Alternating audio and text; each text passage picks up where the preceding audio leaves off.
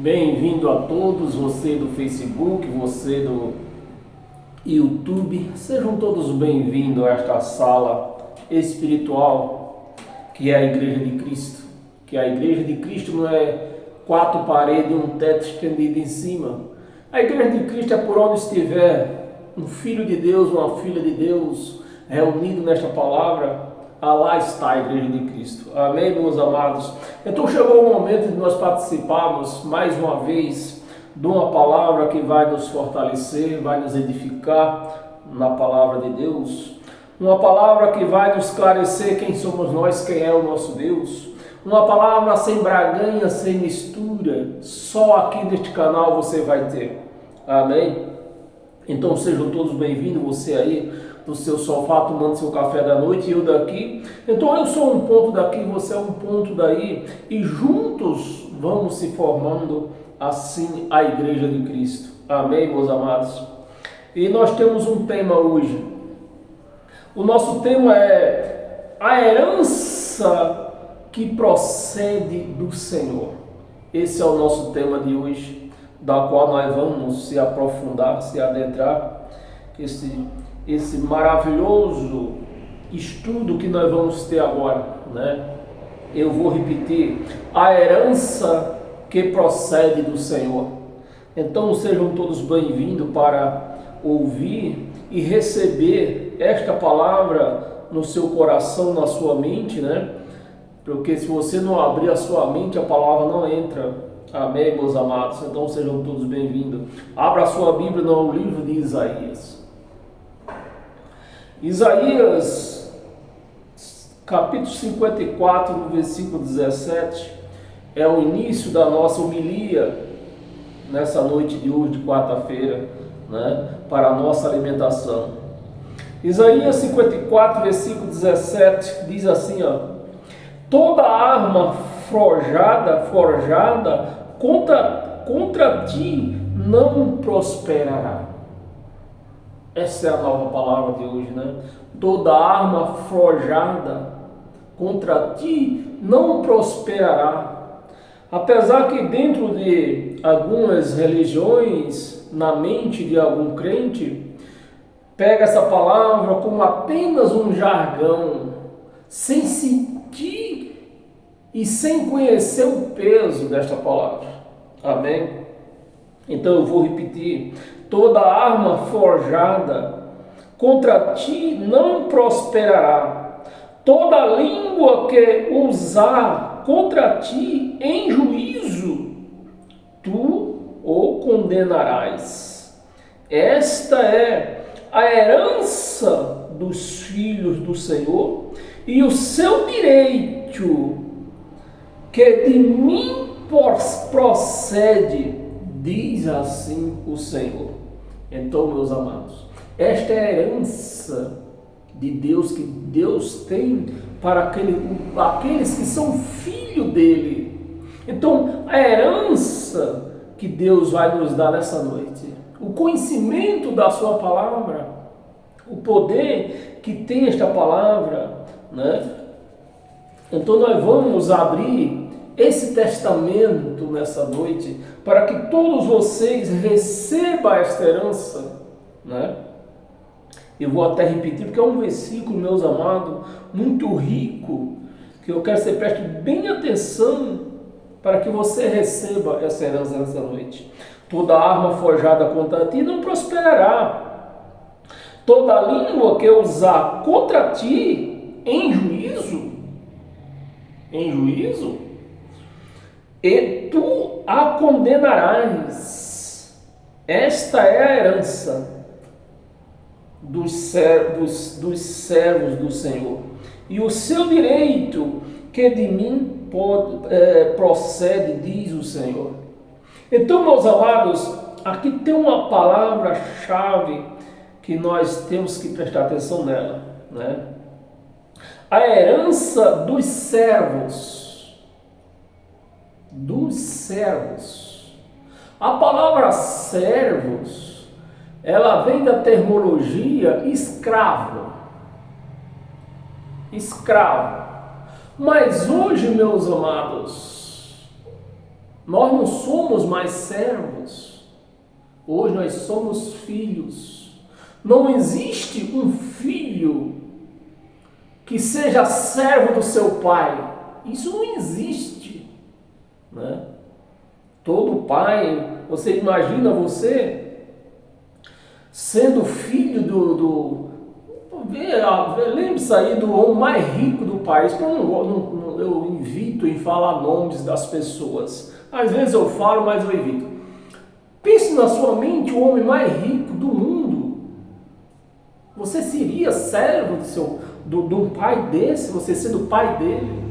Agora você imagina você sendo filho do Rei dos Reis, dos Senhores, de tudo, de um dono de tudo que há em cima dessa terra e em cima nos céus. Você é filho dele. Essa herança que ele está dizendo que nos deu, essa herança. Então nós como filhos e não como servos, nós temos que tomar posse dessa herança. E é para tomar posse dessa herança que eu convido você a ficar nesse vídeo até o final dele, né? Você vai receber a sua herança, né? Tu vai tomar posse através deste documento que vai ser aberto agora. Então, os filhos que antes tinham a terminologia de servos, qual era a terminologia de antes da cruz? Servo e ovelha. Mas tudo isso, meus amados, ficou para trás. Hoje nós não somos servos, hoje nós não somos mais ovelhas, hoje nós somos filhos. E isso, aqueles que dizem, né, que tem o poder, o chamado de abrir esse testamento para a igreja, mostrar que a igreja não é mais serva, não é mais ovelhas, eles não fazem isso. Eles continuam dizendo que a igreja é serva, que a igreja é ovelha. E o testamento escondido. Eles usufruindo do testamento, fazendo de você escravo, um filho. Você é um filho, preste atenção, meus amados. Você é um filho, mas porém, você não passa de um servo. Porque você é como um filho de menor. Que eu citei para você imaginar o homem mais rico dessa terra, você sendo filho do homem mais rico dessa terra, mas é de menor.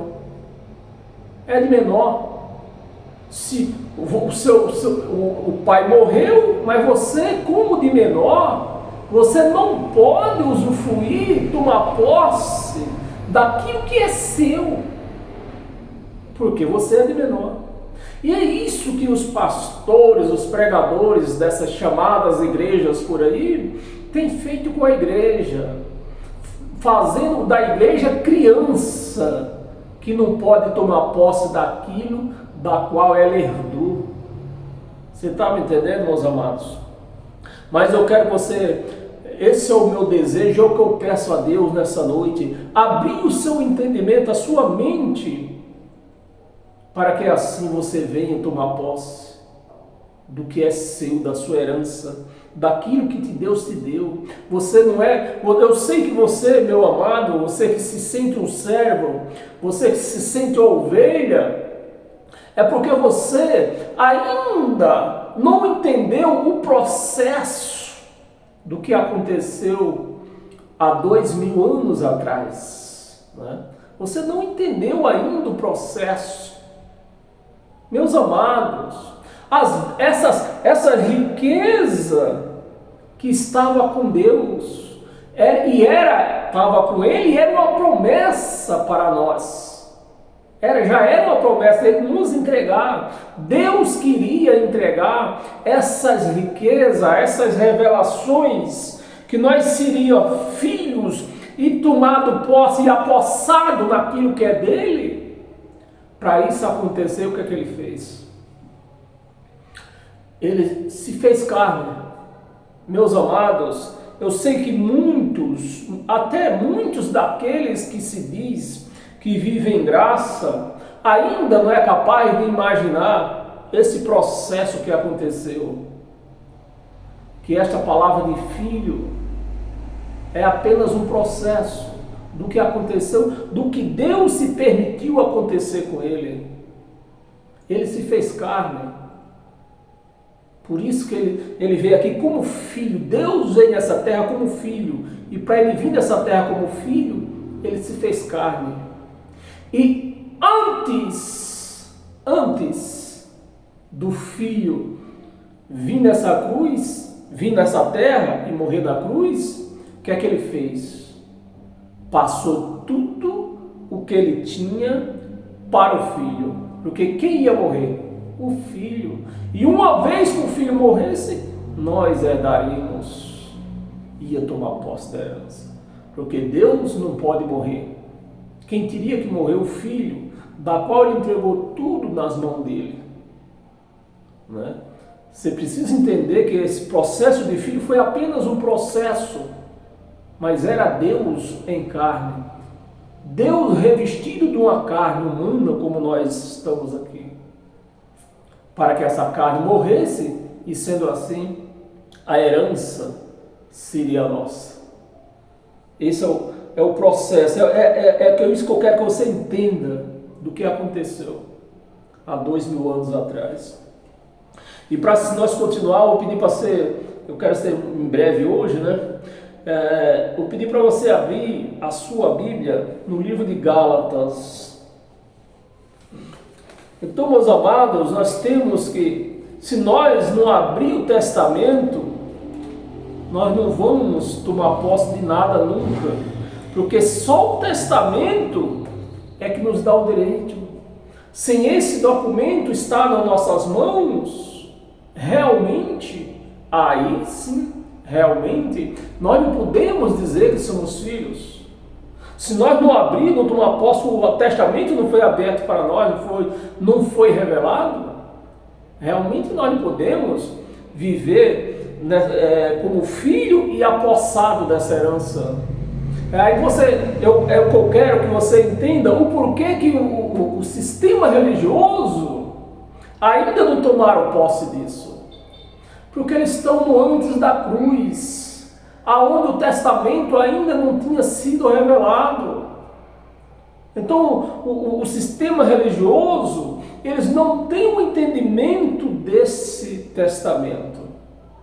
Por isso que eles se acham servos, se acham outros, diz que é ovelha, e sustentando o vagabundo, e dessa maneira sustentando o vagabundo, rico, né? Filhos ricos, com toda a posse de Deus, da herança que o Pai nos deixou, mas eles não podem tomar posse, porque fazem deles de menor. Eles precisam de um tutor, né? Eles arranjam tutor, arrumaram tutor para cuidar deles. E quem é que precisa de um tutor? O menor. O menor precisa de um tutor para cuidar, dizer o que ele tem que fazer. É a criança que precisa de um tutor, de um guia, né? Por isso que os religiosos, enquanto eles estiverem como ovelha, como servos, nunca vão tomar posse dessas bênçãos de Deus. Deus nunca vai abrir o testamento para eles. Deus vai trazer eles sempre como o quê? Como escravos. Como escravos, sem tomar posse. Donos, né? Eu acabei de falar. Donos de toda a promessa, né? Mas sem tomar posse. Enquanto eles não tomam posse, quem vive isso aí, vive de vida regalada? Os pastores. Os pastores vivem uma vida regalada. Compra empresa, compra televisão, compra hospital, né? Compra avião, compra carro importado, carro blindado. E o que me deixa mais odioso é de ver esses canalha dizendo que imita Jesus. Mas quando nós vamos ler o Testamento, Jesus andou de jumento. Jesus recomendou que eles não tivessem 2 cintas, que eles não usassem bolsa. E esses canalha enriquecendo às custas de quem? Usufruindo da riqueza dos filhos que andam como de menor. Aceitaram essa vida de menor e nunca vão tomar posse da sua herança. Gálatas capítulo 4, abra aí a sua Bíblia. Gálatas 4, versículo do 1 ao 5. Digo, pois, que durante o tempo em que o herdeiro é menor, em nada se difere do escravo. Essa é a vida, meus amados. Ouça, igreja, essa é a vida que vocês escolheram. Servo, escravo, de menor, criança, precisando de um tutor para cuidar das vossas vidas.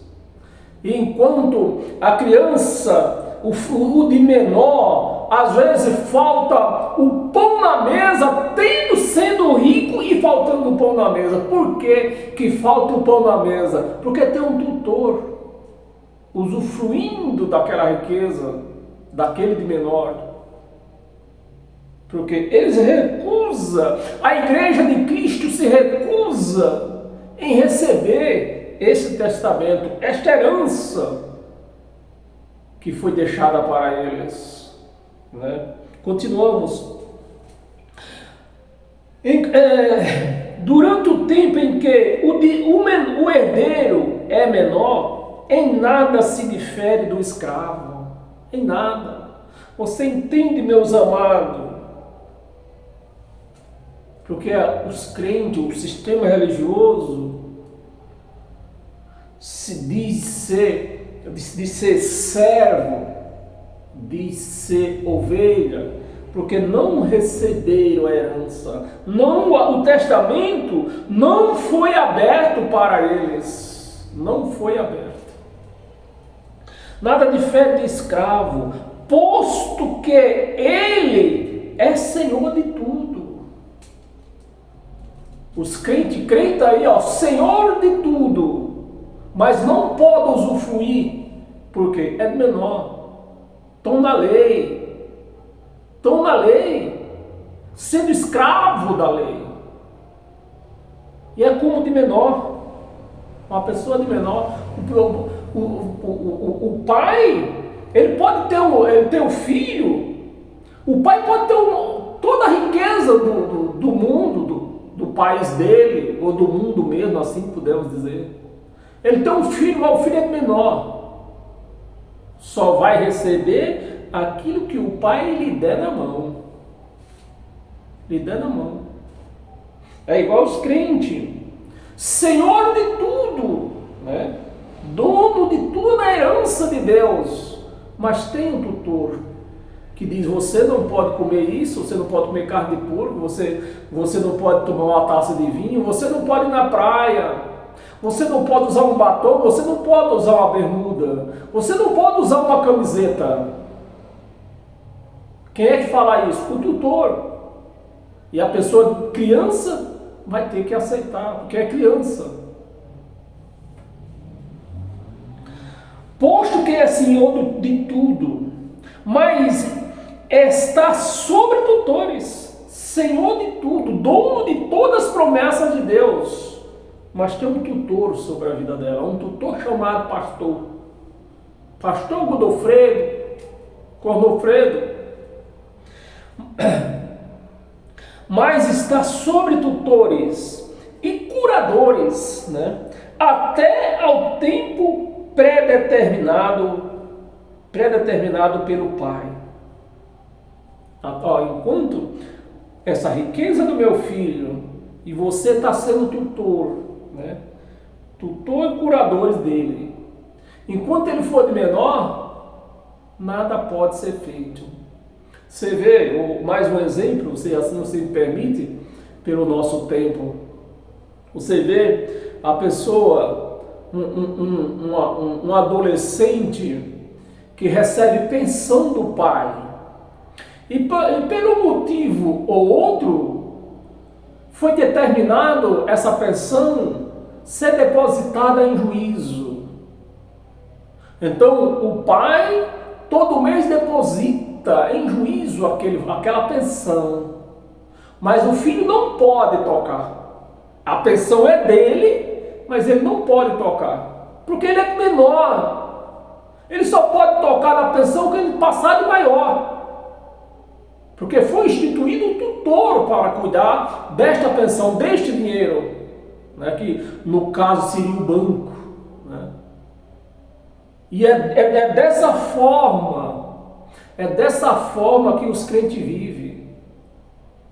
Senhor de tudo, donos de tudo que o Pai dele deixou para eles, mas eles não podem tomar posse. Aí vive com promessa, vive das promessas, que aquele tutor fala, olha, põe R$1.000 no envelope, que eu vou te liberar a bênção, vou te liberar. E eles vão pondo mais, e os crentes vão cada dia mais se enriquecendo, comprando avião, comprando mações, né? Faça isso, você está fazendo para Deus. Mas Deus não tem banco, Deus não tem conta bancária.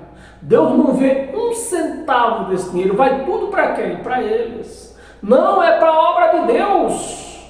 Aí você vai olhar para a vida daquele tutor, está construindo mansão. Essa é a obra de Deus que eles dizem. E a igreja, criança, sem entender de nada, vai cuidando deles, vai deixando eles tomarem posse. Meus amados, está na hora de você tomar posse, usar esse testamento e tomar posse do que é seu. Você ser dono daquilo que é seu. Você movimentar aquilo que é seu, né? Administrar aquilo que é seu. Pelo tempo determinado pelo Pai. 3. Assim também nós. Paulo se pôs aqui agora no meio, né? Quem está falando é Paulo, ele já falou nós, então Paulo entrou no meio aqui, se pôs, porque Paulo ainda estava, de uma certa forma, como de menor, porque a lei existia. O tutor deles ainda estava de pé. E Paulo falou aqui, ó, assim também nós, quando éramos menores, estávamos servilmente sujeitos aos rudimentos do mundo. E é exatamente isso que se prega dentro das igrejas. Que você tem que se sujeitar ao rudimento de Jesus de Nazaré. Os princípios, eles falam princípio, né? A palavra princípio é rudimento. Mas a palavra está mostrando o rudimento aqui como para você não fazer, não viver os rudimentos do mundo, o rudimento de Jesus de Nazaré, porque Jesus de Nazaré, ele cumpria a lei.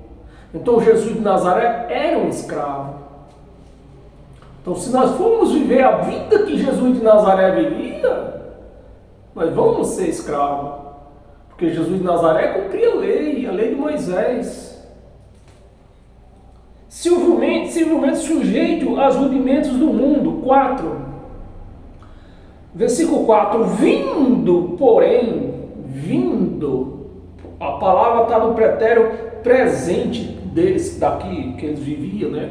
Vindo, porém, a plenitude. A palavra plenitude quer dizer a graça. Eu vou até atualizar os softwares. Vindo, porém, a graça do tempo, né? A graça do tempo, Deus enviou seu Filho. Enviou ou não enviou? Enviou. Então, se eu for viver os rudimentos do mundo, de Moisés, o tempo de Moisés, se eu for cumprir lei, viver os rudimentos da lei, eu estou dizendo o quê? Que Jesus não veio ainda.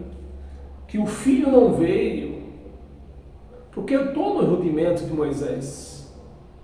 Mas aqui está dizendo, Deus enviou seu Filho, né? Vindo a plenitude do tempo, chegando naquele momento, aquele tempo que tinha que se cumprir, Deus enviou seu Filho, nascido de mulher. Então ele era homem, nasceu de mulher, era homem como nós, nascido de mulher, nascido sobre a lei, para cumprir lei. Então, como, meus amados, que eu, como cristão em Cristo, vou viver a vida de Jesus de Nazaré, eu vou fazer o que Jesus de Nazaré fez, e dizer que eu sou cristão? Não tem, que nem diz o Chaves, não tem por onde. Não tem por onde eu dizer que sou um cristão, fazendo o que Jesus de Nazaré fez. Porque Jesus de Nazaré, o que ele fez, não foi para que nós fazesse também. O que Jesus de Nazaré fez, ele fez por nós, para que nós não fizéssemos. E é isso, a igreja, como criança, sem entendimento da palavra, é o que está acontecendo por aí. A igreja está vivendo como criança, sem saber, sem entender o que está fazendo. Vivendo os rudimentos do mundo, da lei de Moisés, né? Cumprindo a lei de Moisés. E cumprindo a lei de Moisés, você nunca vai ser um cristão. Cumprindo a lei de Moisés, você nunca vai ser filho de Deus. Cumprindo a lei de Moisés, você sempre vai ser uma ovelha, você vai ser um escravo, um servo. Nunca vai ser um filho vivendo na lei de Moisés. Nascido na lei, versículo 5, para resgatar os que estavam sobre a lei. Então, se você está vivendo lei, você fazendo mandamentos da lei, dando dízimos, batizando-se nas águas, fazendo jejum, buscando Deus no monte, você ainda não foi resgatado, não foi resgatada. Você diz que é um cristão, mas você não é cristão. Se não existe um cristão sem ser resgatado da lei. Não existe um cristão na face da terra que não tenha sido resgatado da lei. Mas se você está cumprindo lei, pagando dízimo, tomando banho de piscina, fazendo Santa Ceia, que é Páscoa, você não foi resgatado da lei. Você ainda está na lei, não foi resgatado. Não pode dizer que é filho de Deus se você ainda está nesses rudimentos. Você não pode dizer que é filho de Deus. Amém, meus amados? E é esse o pedido que eu faço a Deus nessa noite.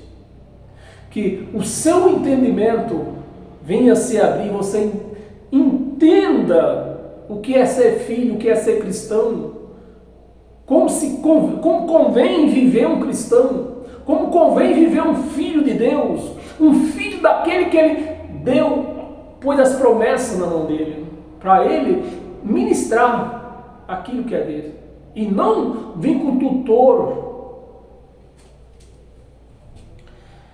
Estava sobre a lei a fim de que recebêssemos, sem ser resgatado da lei, não podíamos receber, vou repetir, não podemos receber a herança de filho, não podemos receber. Você estava sobre a lei a fim de que recebêssemos a adoção de filhos. Então, se você está sobre a lei, você não é um filho, Você não recebeu a adoção de filho. Eu vou ler o 6. Porque vós sois filho, enviou Deus. Porque sois filhos. Sendo escravo, sendo servo, você não é filho. Não existe filho como servo. Não existe na face da terra filhos como servo. Não existe. Sendo filho, enviou Deus ao nosso coração o Espírito do seu Filho, que clama, Abba, Pai. Mas os escravos, as ovelhas, como é que elas clamam? Oh Deus, oh terra. Porque não são filhos. Não são filhos.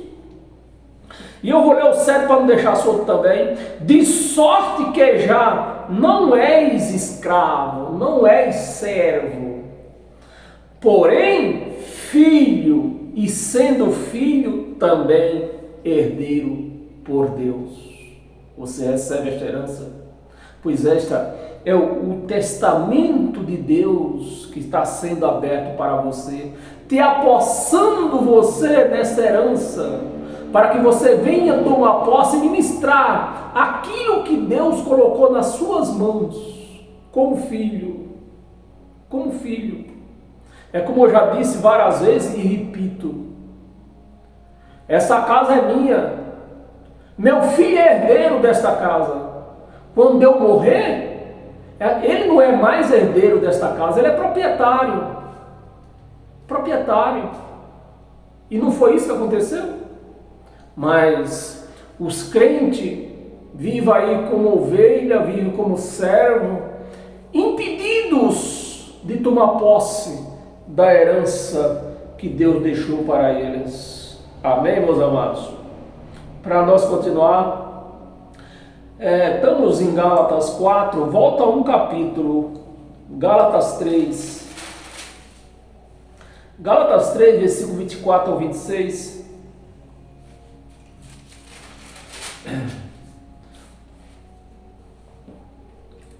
Versículo 24. De maneira que a lei nos serviu. A palavra aqui já está no pretérito passado. Serviu. Não serve mais. Eu fico incrível como a pessoa faz teologia, anos e anos fazendo teologia e não entende da palavra. Obrigado, eu com a primeira série vim aqui ter que ler isso para vocês. É incrível como nós vemos juiz dentro de um sistema desse, um sistema enganoso, um sistema macumbogélio que eles fazem lá. E o juiz, meus amados, juiz, dizendo, eu sou a universal. Juiz. Doutores, professores, dizendo, eu sou a universal. Por quê? Não entende bolufa, estudou, virou juiz, fez o que quis, mas Deus não revelou, Deus não abriu o testamento para ele. Por quê? Estão na lei, mesmo sendo juiz, mas ainda é de menor. Ainda é de menor. Mas, cadê o 24?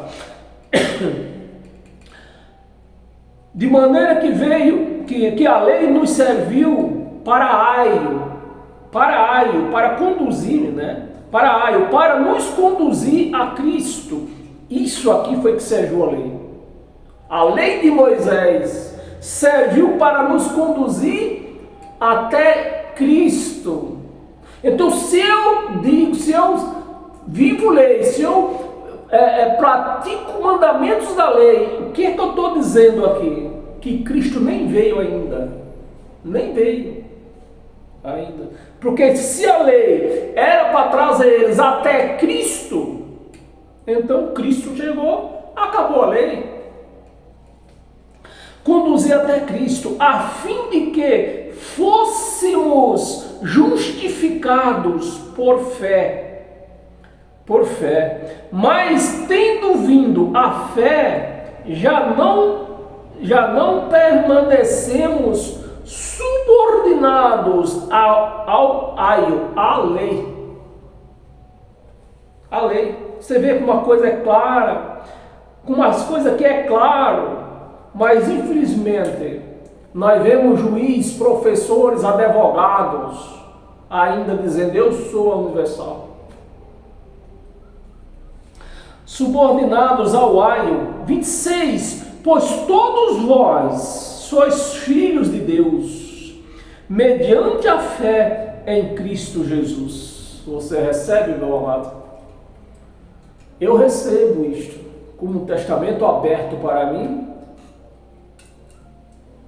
e me dando posse para que eu venha ministrar aquilo que é meu, aquilo que Deus me deu. Amém? E para nós continuar, abra sua Bíblia em Romanos, 2 livros atrás. Romanos capítulo 8, versículo 17.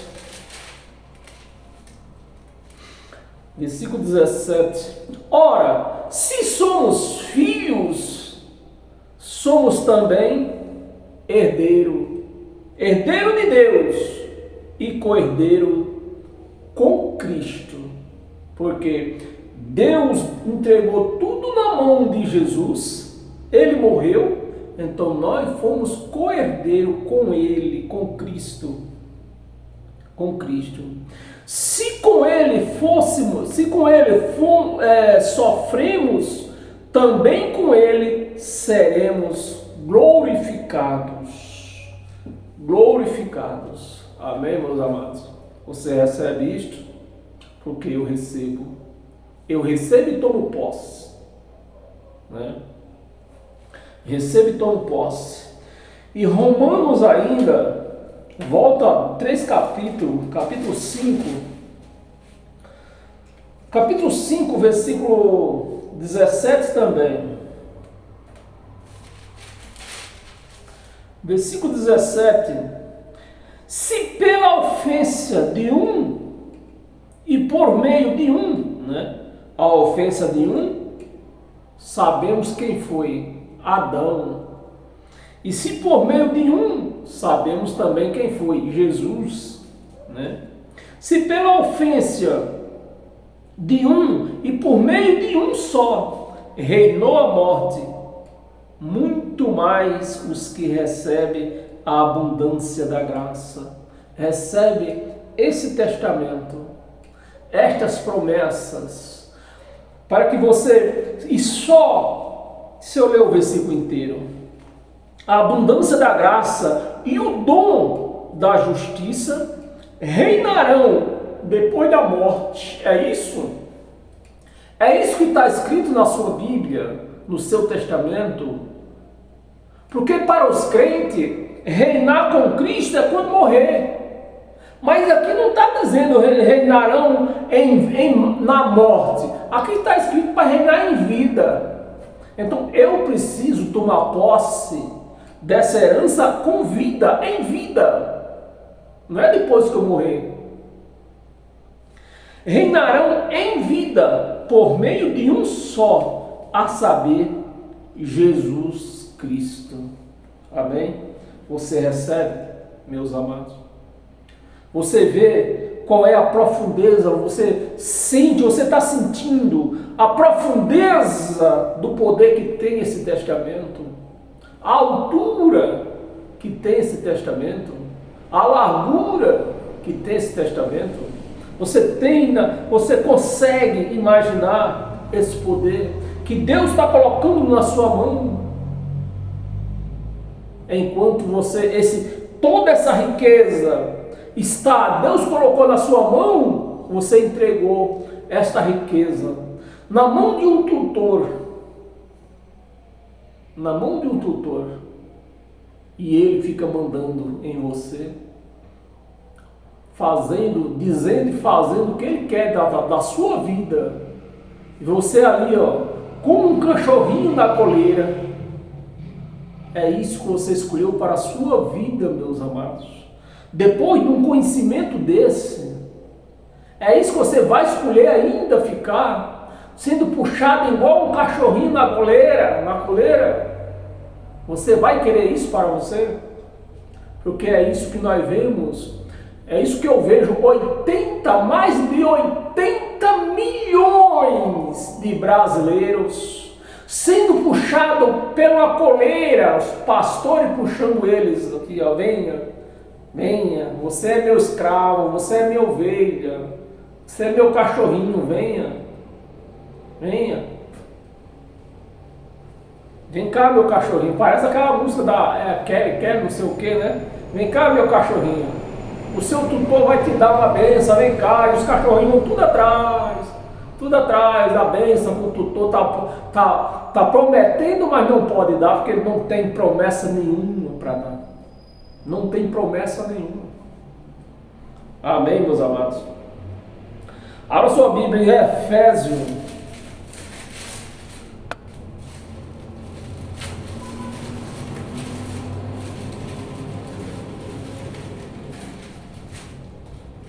Efésios capítulo 3,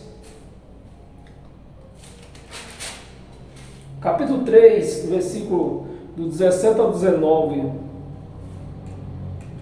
versículo 17, assim habite Cristo no vosso coração. Olha a grandeza desta palavra, olha a profundidade e a altura e a largura que tem esta palavra, que o crente, o sistema religioso tem na mão, mas entregou para o tutor. Assim habite Cristo no vosso coração.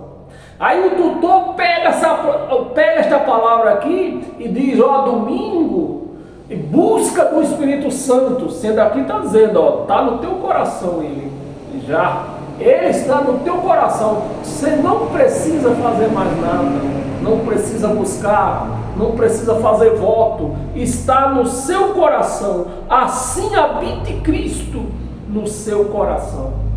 Você recebe, meu amado?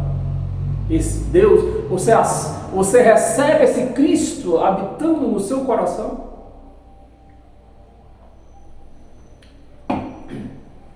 Se eu tenho Cristo habitando no meu coração, eu preciso do tutor para dizer o que eu tenho que fazer, por onde eu tenho que andar. Eu preciso de um tutor. Quem tem Cristo no seu coração precisa de um tutor? Não precisa. Habite Cristo no seu coração pela fé, estando vós arraigado, firme, né? Enraizado ali, tendo vós arraigados e alicerçados em amor. Em amor, não é na lei. Aqui não está dizendo para você estar arraigado na lei de Moisés, não, é no amor. No amor, na graça. Graça é amor. Deus te amou tanto, meus amados. Deus te amou de tal maneira que não era necessário Deus vir a esta terra e passar o que Ele passou nesta terra. Mas Ele fez tudo isso para mostrar a você o tamanho do amor dEle. O que Ele fez por você, sem pedir nada em troca. Enquanto Deus que existe nessas igrejas por aí, em todo o sistema religioso, é um Deus que precisa do seu dinheiro. É um Deus que quer ver você passando fome, fazendo jejum, né? Passando fome. Eu que sou carne e osso, eu não gostaria de ver meu filho passando fome. Você imagina Deus.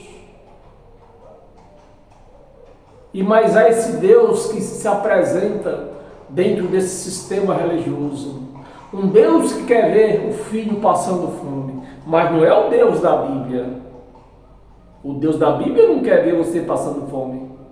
O Deus da Bíblia quer ver você comendo do bom e do melhor nessa terra. Esse é o Deus da Bíblia, né? Assim habita Cristo em vossos corações pela fé, estando vós arraigado, alicerçado em amor. Vamos ler o 18, vamos ler até o 19. A fim de poderes compreender. Então, não tem como eu compreender a profundeza, a altura e a largura desse amor que Deus tem para comigo, se eu não estiver alicerçado neste evangelho aqui. Não tem como compreender com todos os santos qual é a largura, o comprimento, a altura e a profundidade. Você tem essa imaginação do tamanho que é esse amor, da altura, da largura, da profundidade? Você tem? Não tem. A igreja evangélica não tem. Porque se ela tivesse, ela não teria um tutor sobre ela. Não teria. Como que eu tenho um amor desse tamanho em mim, na minha vida, e necessito de um tutor? 18, a fim de poderes compreender. 18 nós já lemos. 19, e conhecer, né? Só depois de tudo isso aqui, né? E conhecer o amor de Cristo, que excede todo o entendimento, para que sejais tomados de toda a plenitude de Deus. Só com este conhecimento que você é tomado de toda a plenitude de Deus. Só com esse conhecimento. Quando você não tem esse conhecimento, você corre atrás de tutor, para que esse tutor venha pedir para Deus, para que Deus faça alguma coisa com você. Você vê, meus amados, como o sistema religioso não tem noção do amor de Deus. Eles pregam, né, da boca para fora eles pregam do amor de Deus que é grande, mas eles não têm essa noção do que é. Porque eles pregam, mas precisa de um tutor. E a palavra dizendo que não. A palavra aqui diz que não. Não. Toda essa sabedoria, se você tem o Evangelho de Cristo em você, essa sabedoria está em você. Essa riqueza está em você. Toda a plenitude de Deus. Não sei se eu leio o 20. Eu vou ler aqui essas palavras maravilhosas. Ora, aquele que é poderoso para fazer infinitamente mais do que tudo quanto pedimos, pensamos conforme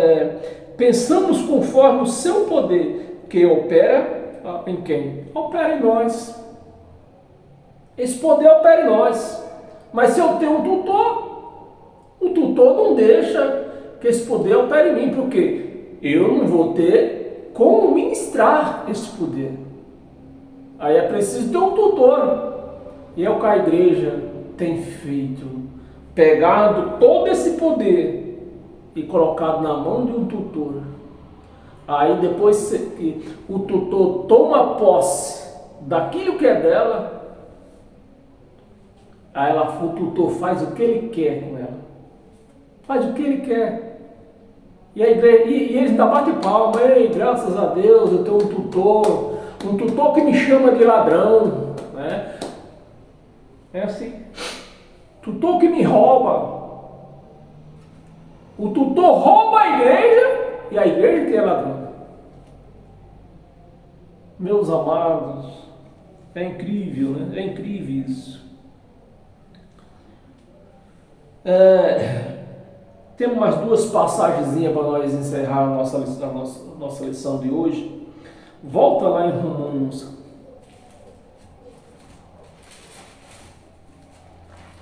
Romanos capítulo 10.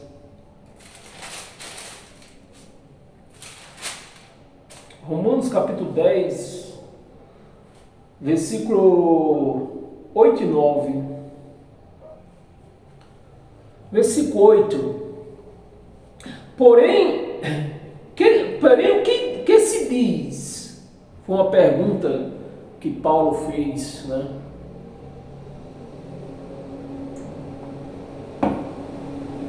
Porém, o que se diz? A palavra está perto de ti, na tua boca e no teu coração. Isto é, a palavra da fé que pregamos. Se com a sua boca confessares Jesus como Senhor e em teu coração crer, não basta confessar. E é o que a igreja tem feito, confessar só da boca para fora, né? A igreja tem feito isso bem com propriedade, confessando da boca para fora, mas não crê, porque a palavra crer é pôr na prática, falar e pôr na prática, né? Por isso que eu tenho falado, não basta você viver na graça, você tem que viver essa graça. Não é viver na graça, é viver ela na prática, né? Na prática. Aí isso é que quando você põe na prática aquilo que você confessa com a boca, aí você recebe. Aí Deus confia no seu ministério, né? Na ministração dessa riqueza que Deus colocou na sua mão. Creres que Deus o ressuscitou dentre os mortos, serei salva. Serei salvo. E essa salvação aqui não é salvação eterna, que nem eu já falei nos meus vídeos anteriores, nos últimos vídeos anteriores que eu gravei. A palavra salvo, salvação aqui na Bíblia, ela não está na terminologia salvação eterna, ela está na terminologia de livramento. Então, se a igreja tem esse conhecimento aqui, ela está salva de quê? Do tutor. Está salva do tutor. Mas a igreja, ela confessa, mas não põe na prática, né? Aí está o tutor mandando nela, dizendo o que ela tem que fazer, dizendo o que ela tem que comer, dizendo aonde ela tem que ir. E quando chega nessa parte aonde ela tem que ir, aí você já sabe onde o tutor manda ela ir, né? Todo dia na igreja. Porque é lá, é a pessoa, só a pessoa estando lá, que ele tem o poder de meter a mão no bolso da igreja. Com a pessoa lá. Se vacilar, ela volta até sem a carteira. Por isso que quando chega nessa parte onde a igreja tem que ir na igreja. Você tem que estar na igreja. Não, você tem que estar na igreja. Tem que vir todo dia para a igreja. E no domingo de manhã você busca o Espírito Santo, de noite você vai devolver. É desse jeito, dessa maneira. E a igreja, com criança, sem entendimento nenhum, porque criança não tem entendimento, aí faz tudo aquilo que o tutor manda. Amém, meus amados? Você recebe isso, recebe esta palavra, você recebe esse testamento, está sendo aberto para você, para que você venha tomar posse do que é seu, e não deixar tutor nenhum viver aquilo que é seu. E para nós encerrar hoje com todas as sortes de bênção, abra sua Bíblia em Hebreus. Hebreus capítulo 8. Para nós encerrar hoje. Eu estou pensando, meus amados, que domingo eu trarei aqui mais uma vez, porque muitas pessoas, eu tenho observado, né, pelos meus stories, muitas pessoas têm acompanhado esta palavra nos últimos dias que eu tenho falado, tenho posto esses vídeos, né? E tem uma pregação, nós temos um vídeo aí que eu quero Eu não vou repetir, eu vou pregar de novo, porque hoje uma coisa é você pregar hoje. Não, eu estou pregando esse tema aqui, né? A herança que procede do Senhor. Se quando eu parar aqui, se eu for fazer outro vídeo em cima desse tema aqui, eu vou pregar diferente. Por isso eu quero pregar, talvez, domingo, eu não tenho certeza ainda, eu voltar a pregar a volta de Jesus. Mostrando tudo o que acontece, todas as profecias que Jesus profetizou. E se aquelas profecias não se cumpriram, Jesus era um enganador. Ele era um enganador. Não tem... ele não tem, como é que diz a palavra, o direito, como eu chegar aqui, ficar aqui falando para você dele. Porque se aquelas profecias que foi profetizada por ele não se cumpriu, porque se ele não voltou, a profecia não se cumpriu. A profecia não se cumpriu. Então, não tem credibilidade, né? Eu acho que é essa palavra que eu queria falar. Qual é a credibilidade que eu vou dar para um profeta que profetizou por várias maneiras que voltaria naquela geração que eles viviam? Qual foi a geração que aquele povo estava vivendo? Uma era cristã, né? Que se iniciou-se na chegada do Messias, no primeiro ano cristão, e a profecia de Jesus dizia que ainda naquela geração ia se cumprir tudo o que estava escrito na lei de Moisés, e ia se iniciar seu novo ciclo de vida. É esse novo ciclo que nós vivemos, um ciclo de vida espiritual e não mais físico, né? Então, eu vou ainda, esse domingo eu trago essa pregação, porque é uma pregação muito esclarecedora, que tira dúvida, né? Tira dúvida das pessoas. Quando nós confrontamos as profecias que ele falou naquele tempo e o histórico que está escrito em Israel, então nós vemos claramente que ele voltou no ano 70, assim como está registrado, né? Dos acontecimentos que aconteceram naquela época. Hebreus 8, versículo 6, para nós encerrar hoje, amém, meus amados? Versículo 6. Agora, com efeito, obteve Jesus ministério tanto mais excelente. Obteve Jesus ministério tanto mais excelente, quanto é ele também, ele quem? Jesus, é ele também mediador de superior aliança, instituída com base em superiores promessas. Então, se essa aliança não foi, se eu seguir o que está escrito na lei de Moisés, eu estou dizendo que essa aliança, Jesus não foi mediador coisa nenhuma, porque eu estou vivendo ainda o que se viviam antes da vinda dele, né? Então, se eu estou vivendo a antiga aliança, ele foi mediador de quê aqui? Mediador de nada. Você está me entendendo, meus amados? Se eu estou vivendo a lei de Moisés, qual foi a mediação que Jesus fez aqui? Nenhum. Então, se eu ler de novo para que você entenda.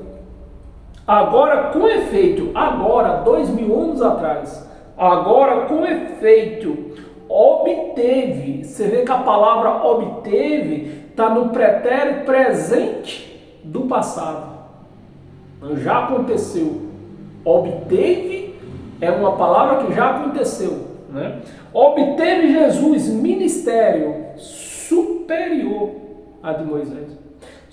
superior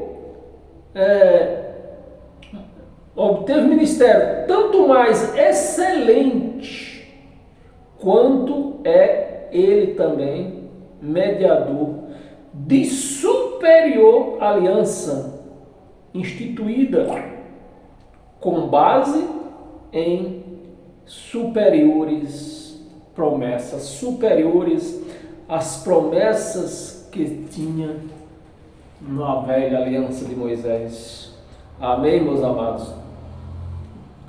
Eu vou ler o versículo 7, já que nós tínhamos um pouquinho ainda, né? Versículo 7. Porque se aquela primeira aliança, qual a primeira aliança? Então houve uma aliança antes da graça? Houve a aliança de Moisés. Porque se aquela primeira aliança tivesse sido sem defeito, então tinha defeito na aliança de Moisés? É o que está escrito aqui. Tinha defeito, né? Sem defeito, de maneira nenhuma, de maneira alguma, estaria sendo buscado lugar para uma segunda aliança, que é a graça de Cristo. Amém, meus amados? Você recebe esta nova promessa, essa nova aliança, uma aliança sem defeito. É essa aliança que eu tenho ministrado aqui para mim e compartilhado com você, para que você receba as promessas de Deus. Tire tudo quanto que é tutor que estiver tentando, porque não pode ser mediador, porque o nosso único mediador foi Jesus de Nazaré. Amém? Foi o nosso mediador. Foi. E olha a palavra, foi. Não é mais. Jesus de Nazaré não é mais o nosso mediador. O nosso mediador agora é Cristo, o próprio Deus. É Ele e nós, só não tem mais ninguém no meio. Mas infelizmente a igreja cega, surda, traz mediador para a vida dela, para ficar mediando entre ela e Deus. Isso é o que ela está fazendo com isso. Ela está fazendo o quê? Profanando a nova aliança. Amém? Ficam todos na paz de Cristo, né? Paz eterna a todos vocês, e até domingo eu procurarei trazer para você mais uma palavra edificadora para nossas vidas. Amém? Paz eterna a todos.